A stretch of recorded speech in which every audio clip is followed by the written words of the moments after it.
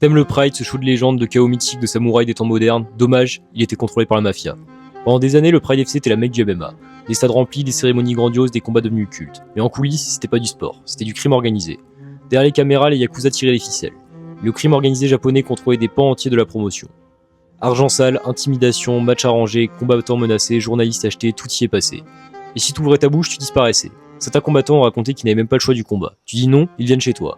Des rumeurs circulent sur des combats truqués pour protéger des stars, des deals entre camps, des arbitres qui ferment les yeux, le Japon c'était le Far West du MMA. En 2006, la bombe explose. Un journal japonais révèle publiquement le lien direct entre le Pride et les Yakuza. En quelques jours, c'est l'effondrement, les sponsors fuient, le public se détourne, le Pride meurt, étranglé par son propre poison. Ce jour-là, c'est plus qu'une organisation qui s'éteint. C'est tout un pan de l'histoire du MMA qui s'effondre. Et une vérité dérangeante. Tu peux avoir des règles dans la cage, mais si t'as pas de règles en dehors, t'as pas de sport. Tu penses que c'est fini? Il y a encore des zones d'ombre, des histoires jamais racontées, des noms qu'on ne peut pas citer. Dis-moi, t'étais au courant, et selon toi, est-ce que d'autres organisations aujourd'hui font les mêmes deals dans l'ombre?